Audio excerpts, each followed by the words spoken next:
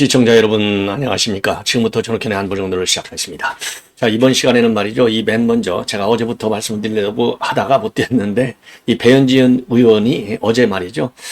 지금 이제 우리 국민의힘은 이제 상임위원회를 지금 안 들어가기 때문에 별도의 특위 한 15개를 만들어 갖고 지금 가동시키고 있지 않습니까? 여기에서 이제 문화체육 특위가 있죠. 여기에서 배현진 의원이 이제 폭로한 내용입니다.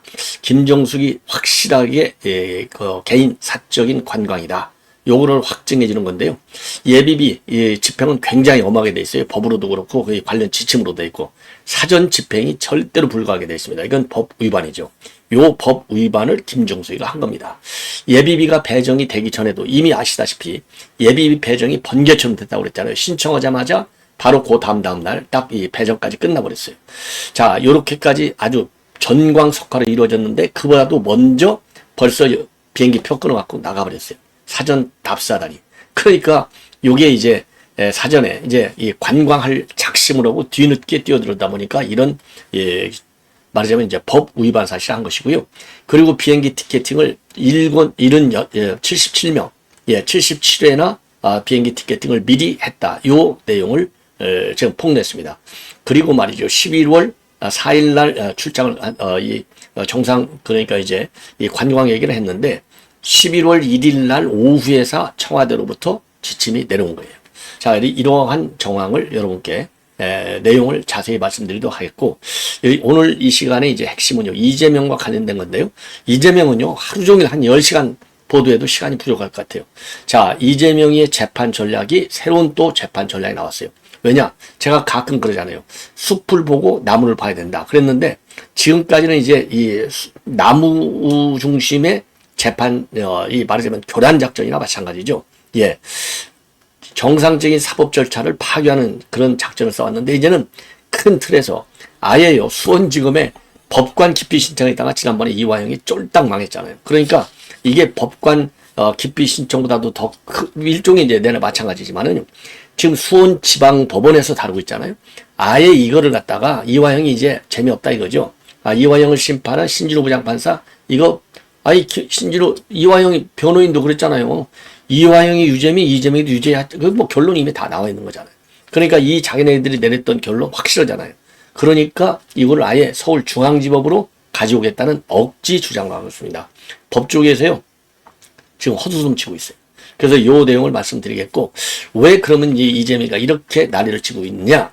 대장동 변호사를 비롯한 법조인들이요. 이번에 이제 민주당에 한 30여 명 들어갔다는 거 아니에요? 국민의힘에 한 40여 명?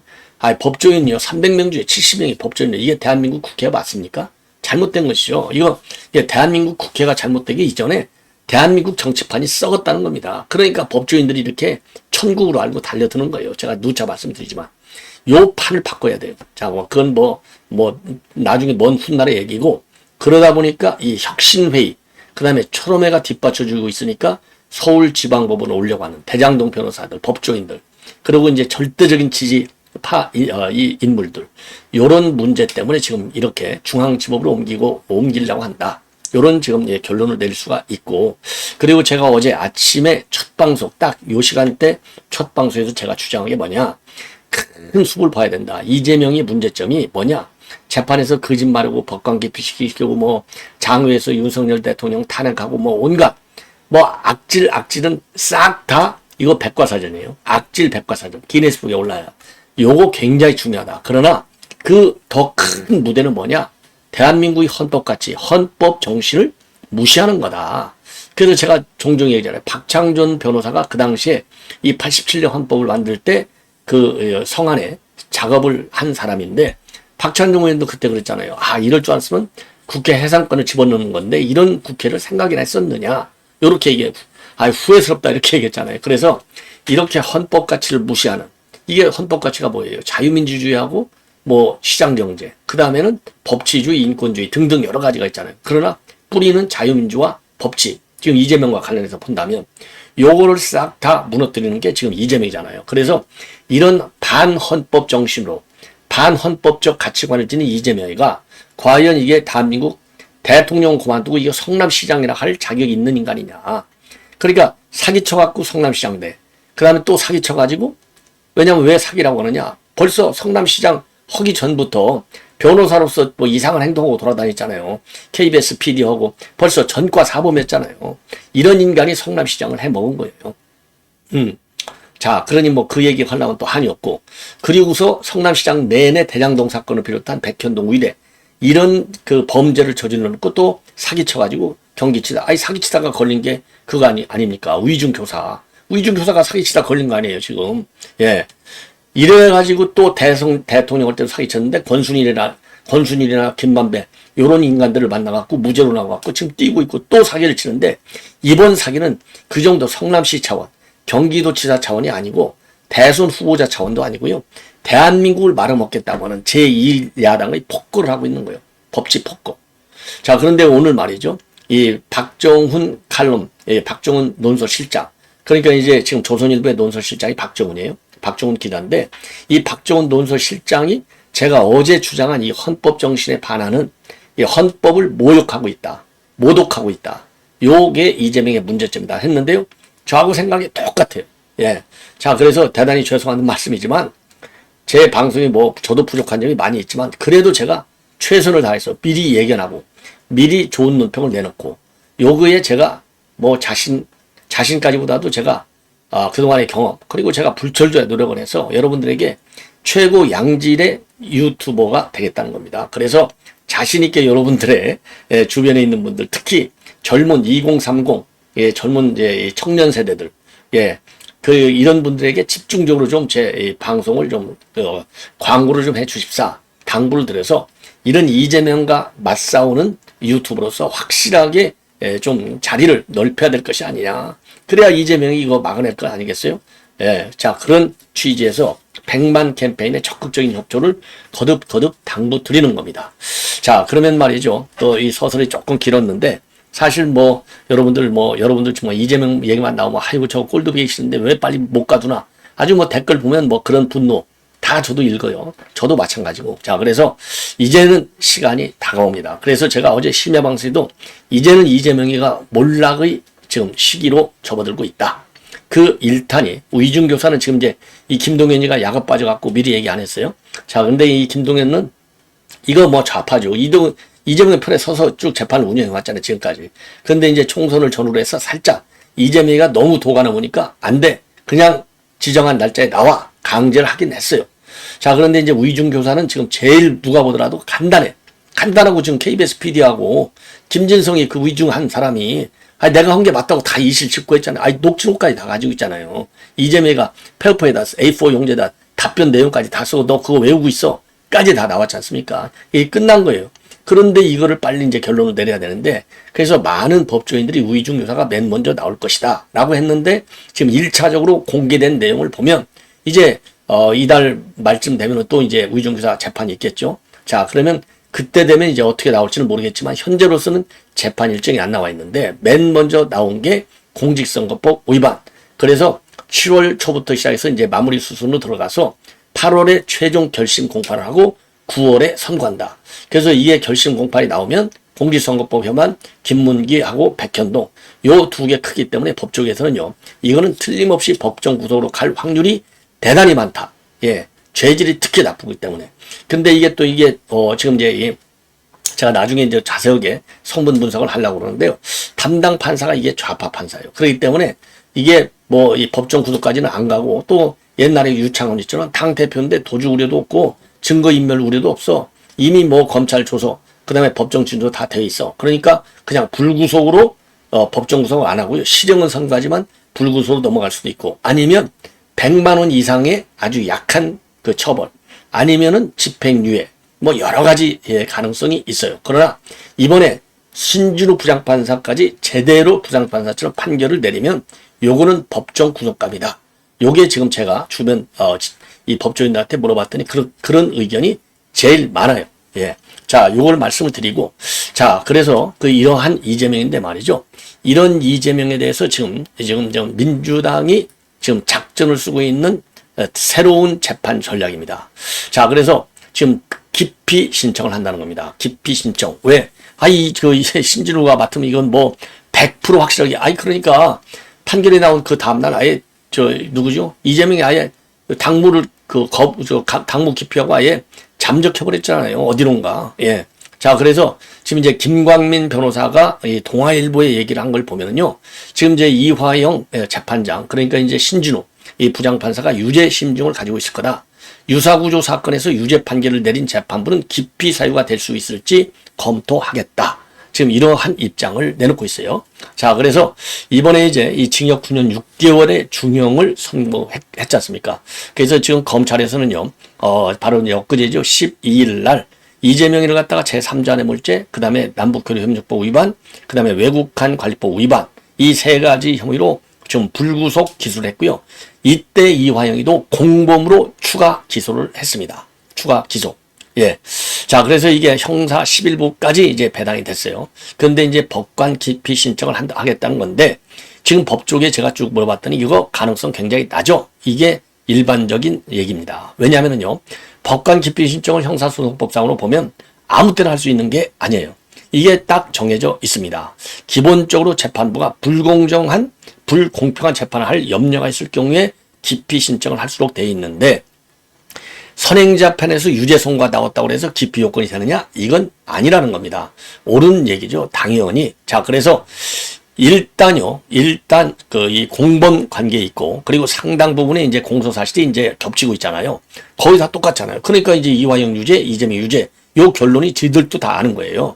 그래서 이 재판부가 얼마나 이 사건을 잘 알아요. 그러니까 이제 굉장히 효율적으로 재판을 빠르게 진행할 수 있고, 그 다음에 법적 판단의 안전성, 그리고 대국민 신뢰성, 그 다음에는 이제 우리 국민들에게 보더라도 이거는 이 재판을 이대로 가면은 오류가 작을 거야. 그리고 오류가 없어. 재판이 나왔을 때도.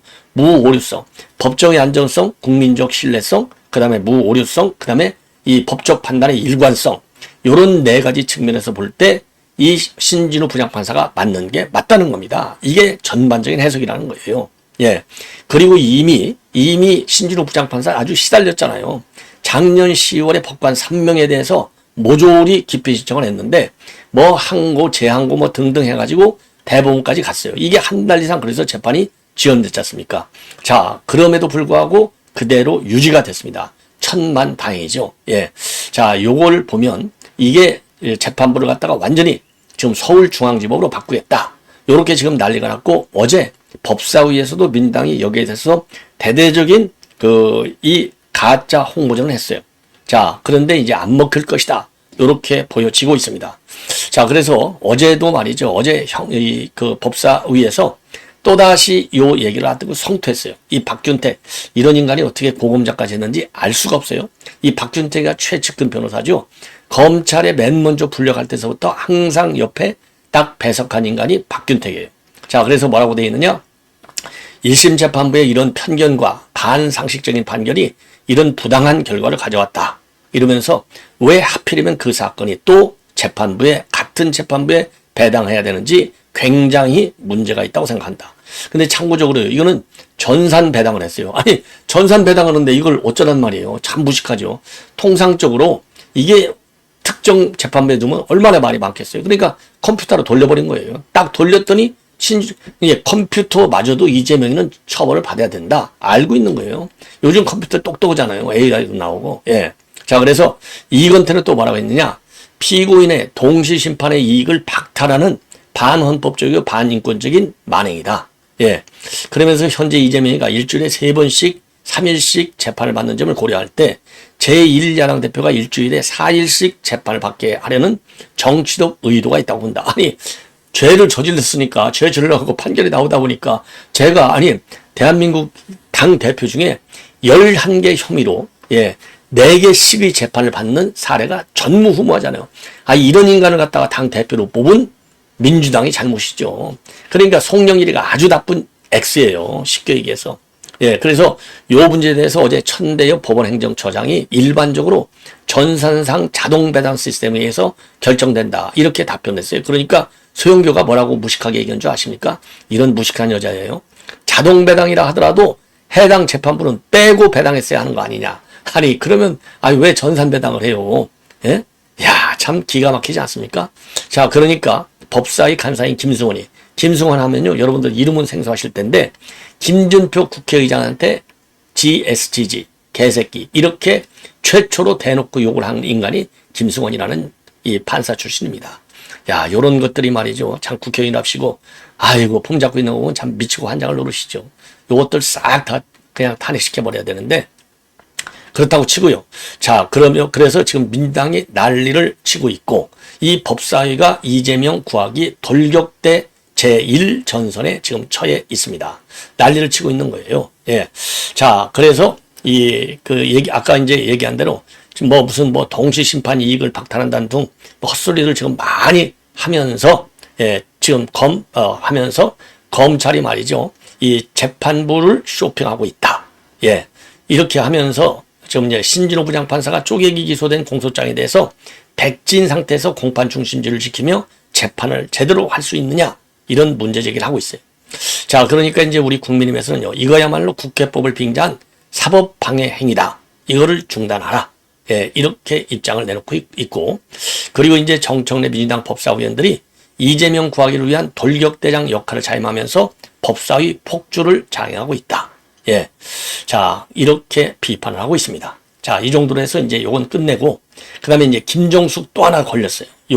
이게 좀 복잡한데, 이게 일자상으로 이제 시계열적으로 여러분께 분석해 드리는 것이 제가 보기에는 이해가 제일 빠르지 않을까 생각이 되는데요. 자, 우선요. 지금 이제 이게 개인 관광이 틀림없다. 이건 여러분들 다 아시잖아요. 물적 증거 자료도 전부 다 제가 여러분께 말씀을 드렸는데, 이게 이제 뭐냐. 이게 11월 4일서부터 이제 8일까지 인도 관광을 갔다 왔잖아요. 그런데 항공권을 구입한 사례가요, 77회나 된다고 합니다. 미리 구입한 사례가. 예.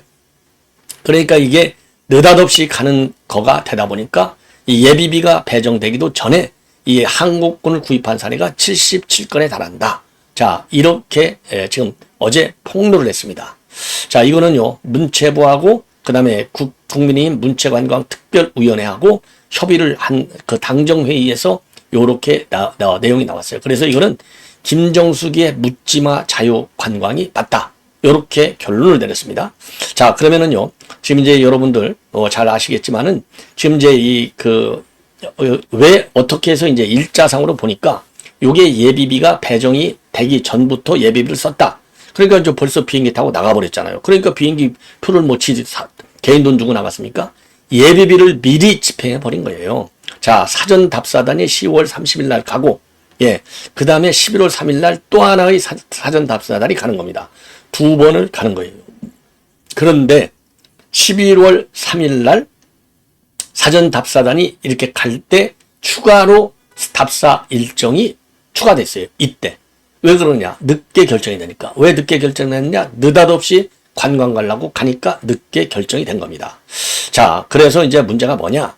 11월 1일 날 도종환이가 말이죠. 인도 방문 일정을 처음으로 공식 최종 일정을 결제합니다. 이때까지만 해도 타지날 방문이 여기에 들어가 있지 않았어요. 그런데 11월 1일 오후에 청와대로부터 의전 비서관으로부터 연락이 옵니다. 그래서 11월 2일에 이제 2일에서야 이 일정을 갖다가 추가시켜요. 문체부에서. 예. 그런데 답사는 10월 30일 하고 11월 3일 두 차례 이루어졌습니다. 요 답사. 그러니까 12월 30일하고 11월 3일 날 이루어졌어요. 자, 이것만 보더라도 이게 개인 관광이기 때문에 뒤늦게 들어간 거 아니냐. 자, 그래서 지금 그동안의 고민정의가 현장에서 결정됐어. 예, 그리고 황희 문체부 장관도 현장에서 갑자기 결정된 게 맞아. 예, 요렇게 얘기했잖아요. 이거 전부 거짓말인 게 드러났고요. 그 다음에 이제 국가재정법 위반, 예, 그리고 예산 및 기후운영계획 집행지침 위반이 확실해진 겁니다. 예, 그래서 지금 이제 이 배현진 의원이 이 폭로한 바에 따르면은요, 10월 30일 날은 청와대 신문진 3명하고 문체부 직원 1명, 4명이 사전 답사를 위해서 인도 델리를 출국을 합니다. 요때는 예비비 배정이 되기 전이에요. 근데 벌써 비행기표를 끊어갖고 타고 나가는 겁니다. 예비비를 이용해서. 예. 자, 그리고 77개의 항공 티켓이 예비비 배정 전에 문체부 예비비로 예약된 것을 확인했다. 이렇게 배현진 의원이 밝혔어요. 예. 그래서 이거는 예비비는 배정된 다음에 그 다음에 집행이 돼야 되는데 배정도 되기 전에 벌써 77개 항공 티켓으로다가 나와버렸어요. 그러니까 이게 국가재정법 위반이라는 것이 어제 이제 이 문체부 관련 자료와 보고를 통해서 확인이 됐다는 데 의미가 있는 거예요. 예. 자, 그리고요. 그리고 지금 이제 문체부가요. 그러면 예비비 배정. 인도 지금 이 김정수가 가니까 예비비 배정을 신청한 것이 10월 29일이에요. 요게 이제 문재인이 재가를 걸쳐서 실제 예비비가 배정된 것은 10월 31일. 그 다음 날 이틀 후 아주 초고속으로 배정이 됐어요. 그런데 배정되기 전인 10월 30일 날 벌써 항공권을 끌어서 나가버린 거예요. 이게 국가재정법하고 그다음에 관련 지침, 그러니까 예산 및 기금 운영계획 집행 지침에 반하는 것이 되겠습니다. 자, 그래서 이걸 보면은 이제 확실하게 이 문재인이가 얘기한 영부인의 단독 외교 웃기고 앉아 있어요. 딱 걸린 겁니다. 예, 그래서 요거 빨리 이거 수사가 이루어져야 된다. 그래서 지금 형사 2부의 배당을 바꿔서 지금 중앙지검에서 하고 있는데요. 이거 속전속결로 좀 시원하게 김정숙이 빨리 구속 처리하라. 이런 여론이 지금 빗발치고 있는 상황이다. 라는 점을 말씀을 드리고, 이 박정훈 칼럼은요, 굉장히 중요한 좋은 칼럼인데, 바로 이어서 여러분께 보도해 드리도록 하겠습니다. 여러분들의 많은 시청을 부탁드립니다. 대단히 고맙습니다.